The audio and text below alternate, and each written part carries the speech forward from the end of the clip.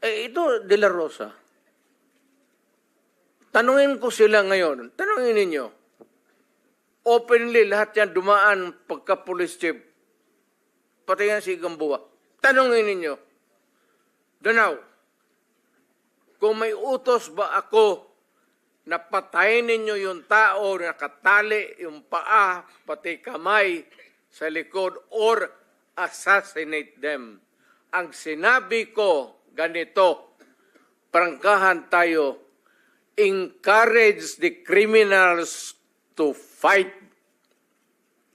Encourage them to draw their guns. Yan, buhay yan. Ayan ang sila, yan ang instruction ko. Pati yan si Kuy.